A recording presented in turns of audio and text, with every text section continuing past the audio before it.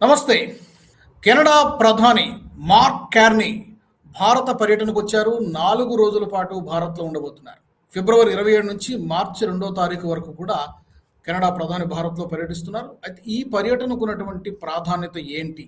గత ప్రధాని ఉన్నప్పుడు భారత్, కెనడా సంబంధాలు, దౌత్య సంబంధాలు పూర్తిగా దెబ్బతిన్నాయి. చాలా అధ్వాన్నమైనటువంటి పరిస్థితిలోకి వెళ్ళిపోయింది. ఇప్పుడు వాటిని రీసెట్ చేసుకునేటువంటి ప్రయత్నం కెనడా చేస్తున్నట్టుగా తెలుస్తోంది. గతంలో భారత్‌పై చేసినటువంటి ఆరోపణలు కూడా వెనక్కి తీసుకున్నట్టు కూడా కెనడా ప్రకటించడం కూడా విశేషం. మరి ఈ పర్యటనకు ఉన్నటువంటి ప్రాధాన్యత ఏంటి?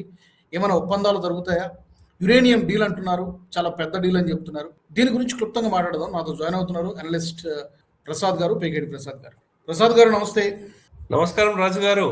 రాజుగారు, ఈ విజిట్ ఏదైతే ఉందో మార్క్ కార్నీ గారిది చాలా సిగ్నిఫికెంట్ అండి. ఎస్పెషల్లీ ఇక్కడ మనం చూసుకోవాల్సిన అంశం ఏంటంటే, కెనడా వాళ్ళు దీన్ని కూడా మనం బిగ్ థ్యాంక్స్ ఎవరు చెప్పాలంటే ట్రంప్కే చెప్పాలన్నమాట.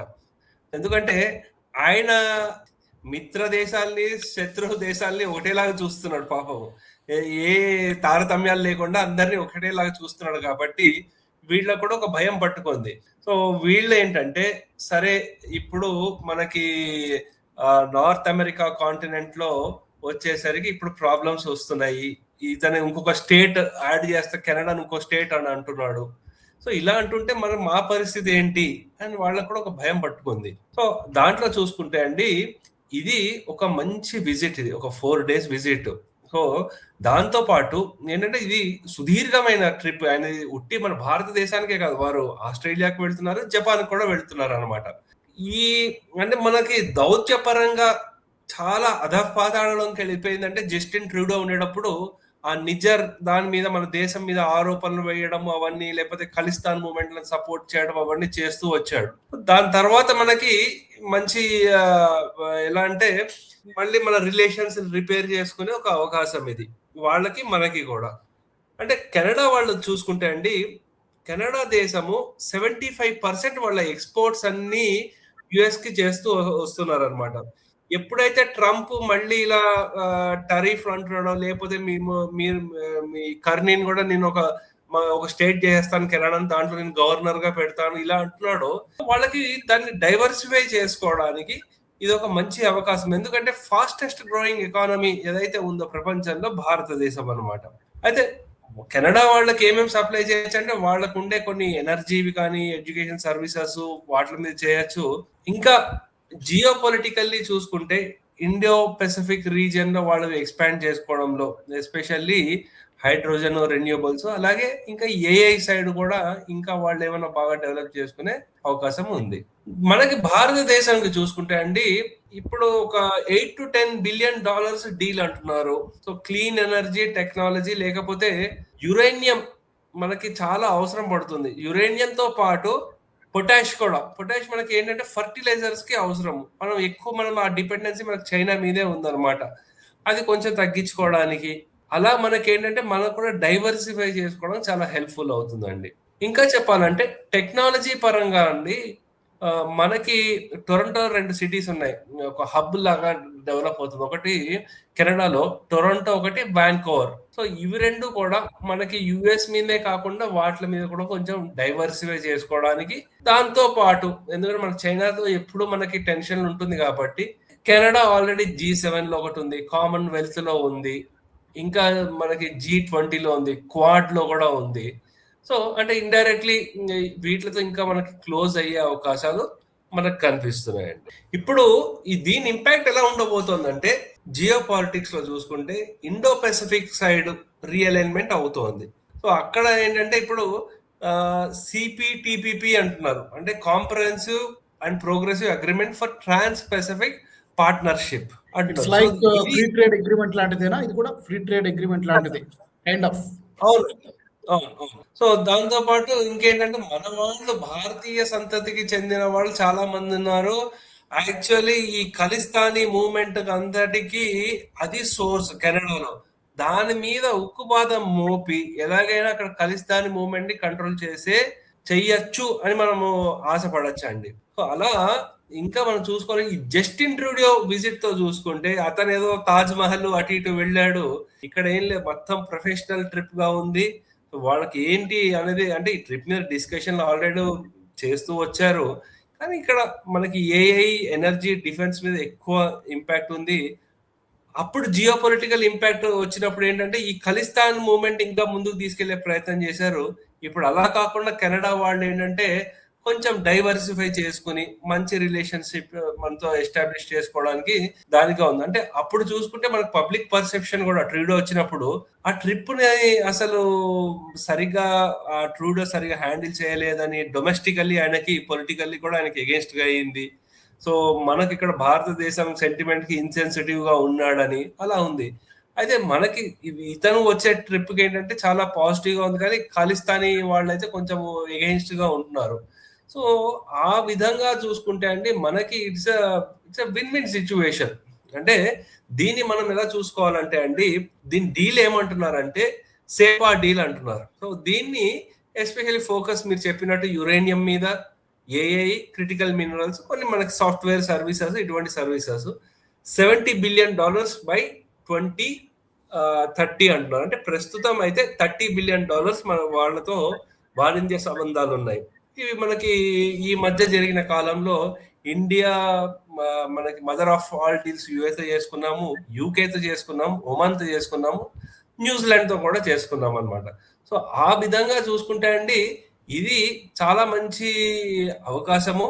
దాంతోపాటు మనకి అంటే ఎనర్జీ ఈ ఆయిల్ ప్రాబ్లం వచ్చినా సరే న్యూక్లియర్ ఎప్పుడైతే ఉంటుందో మనకి ఆ న్యూక్లియర్ సప్లై నుంచి మనం ఎనర్జీకి వాడుకోవడానికి చాలా ఉపయోగపడుతుంది. మనకు ఒక విధంగా మనకి ఇన్ఫ్లేషన్ కానీ ఎప్పుడైతే ఆయిల్ అండ్ గ్యాస్ ప్రైజులు పెరిగిపోయాయో మనకి చాలా రేట్లు పెరుగుతుంది. కానీ ఈ యురేనియం కానివ్వండి ఇవైతే ఉంటుందో మనం ఇంపోర్ట్ చేసుకుని దాన్ని మన ఎనర్జీ పర్పసెస్ కి మనం ఎప్పుడైతే వాడతామో కొంచెం ఆ ఇన్ఫ్లేషన్ ని కూడా మనం కంట్రోల్ చేసుకునే అవకాశం చాలా ఉంటుంది రాజు గారు.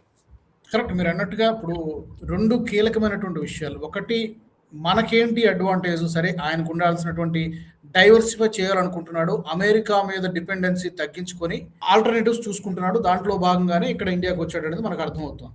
అమెరికా బ్లాక్మెయిల్ చేస్తుంది మధ్యకాలంలో కెనడాని, నీ ఒక స్టేట్ కింద చేసేసుకుంటాం అని చెప్పి. అది వాళ్ళకు ఉన్నటువంటి అవసరం. మనకి పర్టికులర్ ఇందాక మీరు చెప్పినట్టుగా యురేనియం నిల్వలు కానీ లేదా critical minerals, rare earth minerals, ఇవి కూడా అక్కడ ఉన్నాయా? వీటికి సంబంధించి ఏమైనా ఒక అగ్రిమెంట్స్ కానీ లేకపోతే చర్చలు కానీ జరిగేటువంటి అవకాశం ఉంటుంది? ఎందుకంటే మనకు అవసరం ఉంది, మన దగ్గర కూడా నిల్వలు ఉన్నాయి, కానీ ప్రస్తుతానికి రెడీ టు అవైలబుల్ గా లేవు, కొంత ఎక్స్ప్లోర్ చేయాల్సి ఉంటుంది. అవును, అంటే ఈ క్రిటికల్ మినరల్స్ ఏవైతే ఉన్నాయో దాని మీద మనకి ఇంకా డీటెయిల్స్ రావాలి. కానీ అట్లీస్ట్ యురేనియం అయితే ఏమంటున్నారంటే 10 years కాంట్రాక్ట్, ఒక క్లోజ్ టు $3 బిలియన్ USD లో ఉండేది డాలర్స్ కాంట్రాక్ట్. కెనడాకి సంబంధించిన కంపెనీ క్యామెకో అని ఒకటి ఉంది, అది సప్లై చేస్తుంది మంచి హై గ్రేడ్ ఇవన్నీ వాళ్ళు చెప్తున్నారండి. సో దీన్ని మనం చూసుకుంటే మనకి ఒకటి స్కీమ్ ఒకటి ఉంది అనమాట. అంటే చిన్న small modular reactors and Shanti act of India, Shanti act of 2025 ఉందండి. దాంట్లో వాడుకోవచ్చు అని మనకి వస్తున్న రిపోర్ట్లు ఉన్నాయి. ఇవేంటంటే స్టిల్ ఇట్ ఈస్ మనకి ఏంటంటే ఇట్స్ ఇనిషియల్, ఇంకా ట్రిప్ స్టార్టింగ్ లోనే ఉంది కాబట్టి మనకి ఇంకా డీటెయిల్స్ రావాల్సి ఉంది. కానీ కెనడా వాళ్ళు వరల్డ్స్ లీడింగ్ యురేనియం సప్లయర్ అండి. 13% ఆఫ్ వరల్డ్ సప్లై కెనడా నుంచే అవుతుంది. సో ఒక విధంగా మనం కూడా న్యూక్లియర్ సప్లైస్ కి రష్యా మీద మొత్తం డిపెండెంట్ కాకుండా కొంచెం డైవర్సిఫై చేసుకోవడానికి మనకు కూడా ఉపయోగపడుతుందండి. అయితే చివరిగా మనపై ఏదైతే భారత్ పై ఒక ఆరోపణ చేశారో, చాలా సీరియస్ ఎలిగేషన్స్ గతంలో జస్టిన్ ట్రూడో ఉన్నప్పుడు చేశారు. ఒకటి, హర్దీప్ సింగ్ నిజ్జర్ హత్య విషయంలో నేరుగా మన నేషనల్ సెక్యూరిటీ అడ్వైజరీ పైన, ఇంకా చెప్పాలంటే మన మంత్రులపై కూడా మా దేశానికి వచ్చి మా గడ్డ పైన మా పౌరుల్ని చంపడానికి భారత్ కుట్ర పన్నిందని చెప్పి నేరుగా ఆరోపణ చేశారు. చాలా సీరియస్ ఎలిగేషన్ అది. కొన్ని రోజుల తర్వాత అఫ్ కోర్స్ ఆధారాలు ఏం చూపించలేకపోయాడు జస్టిన్ ట్రూడో. తర్వాత ఇంకొక ఆరోపణ కూడా చేశారు, మా దేశంలో జరుగుతున్నటువంటి ఎన్నికల్ని ప్రభావితం చేయడానికి విదేశీ శక్తులు ప్రయత్నం చేశాయని చెప్పి భారత్ను ఉద్దేశించి మాట్లాడారు. ఈ రెండు విషయాల్లో కూడా యూటర్న్ తీసుకున్నట్టుగానే కదా, తప్పులు ఒప్పుకున్నట్టుగానే భావించారు. డెఫినెట్లీ అండి. ఒకటి ఏంటంటే అఫీషియల్ వాళ్ళ యూటర్న్ తీసుకున్నారు డైరెక్ట్ గా. అంటే ఏం చెప్పారంటే we no longer believe India is linked to active violent crimes.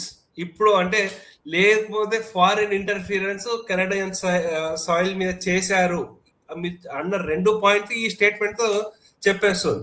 అంటే బయట నుంచి ఏమైనా ఇంటర్ఫిరెన్స్ చేశారు, లేకపోతే ఎక్కడ వైలెంట్ క్రైమ్స్ కూడా ఇన్వాల్వ్ చేశారు అనేది మనం డైరెక్ట్ చెప్పొచ్చు అండి. దాంతో పాటు ఏంటంటే ఒక నలుగురు ట్రయల్ ఏదైతే నడుస్తుందో నడుస్తూ ఉంటుంది. సో అదేంటంటే అక్కడ ఇవన్నీ చేయడం అప్పుడు కూడా మనం ఖండించాం కూడా, బాబు మాకు సంబంధం లేదు దీనికి అని. సో అందు గురించి ఈ డిప్లొమాటిక్ రిలేషన్షిప్ నార్మలైజేషన్ ఇవన్నీ ఏవైతే ఉన్నాయో, సో ఇవన్నీ మనకి ఇదే ఈ ఆటంకంలని నేను అనుకోను. ఎందుకంటే ఇది ప్రాగ్మాటిక్. ఇప్పుడు గ్లోబల్లీ వాడికి కూడా చాలా పెద్ద రిస్క్ ఉంది. సో వాళ్ళు కూడా చూసుకొని ఈ ఆరోపించి ఇది చేయడం వల్ల మాకు ఏమొస్తుంది, మహా అంటే ఒక కొన్ని అక్కడ ఉండే ఖలిస్తానీ ఎలిమెంట్లు ఓట్లు వస్తాయి, దాని మించి మనం ఆర్థికంగా చాలా నష్టపోతున్నాము. అలాగే మనకి మిగతా ప్రపంచ దేశాలు అందరూ భారత్ ఒప్పందాలు చేసుకుంటే మనం వెనకబడిపోతున్నాము, ఈ భయాలు వాళ్ళు చూసుకుని సో ఇదేం పెద్ద ఇష్యూ కాదని తీసి వాళ్ళు యూటర్న్ చేసేసారండి. సో అందు గురించి దీన్ని కూడా మనం చూడాల్సింది ఎలా అంటే భారత్ ఒక దౌత్యపరంగా ఇది ఒక పెద్ద విక్టరీగా చూడాలి. డిప్లొమాటిక్ గా భారత్ కి దౌత్యపరమైనటువంటి విజయం. సో ఇంకా ఇప్పుడే టూర్ మొదలైంది కాబట్టి టూర్ పూర్తయిన తర్వాత మేబీ 1-2 రోజుల తర్వాత మరికొన్ని అప్డేట్స్ వచ్చేటువంటి అవకాశం ఉంది. Will talk again. Thank you very much Prasad garu. Thank you. Okay sir, thank you, నమస్తే. కెనడా ప్రధాని మార్క్ కార్నీ పర్యటన డెఫినెట్ గా 2 దేశాలకు కూడా మేలు చేస్తుంది అనేటువంటిది. ముఖ్యంగా దౌత్యపరంగా గతంలో ఏర్పడినటువంటి విభేదాలన్నీ కూడా సమసిపోయి 2 దేశాల మధ్య స్నేహపూర్వక సంబంధాలు నెలకొంటున్నాయి. రెండోది ఆర్థికంగా కూడా కొన్ని ఒప్పందాలు, ముఖ్యంగా యురేనియంకి సంబంధించి ఒక కీలకమైనటువంటి డీల్ జరగబోతోంది. ఫ్రీ ట్రేడ్ అగ్రిమెంట్ లాంటిదే ఒక చర్చలు గతంలో ఆగిపోయినాయి, అవి మళ్ళీ తిరిగి కొనసాగబోతున్నాయి. ఈ ఎపిసోడ్కి సంబంధించి మీ వాల్యుబుల్ ఫీడ్బ్యాక్ని తప్పకుండా మాకు తెలియచేయండి. వచ్చే ఎపిసోడ్లో మళ్ళీ మనం కలుద్దాం. జై హింద్.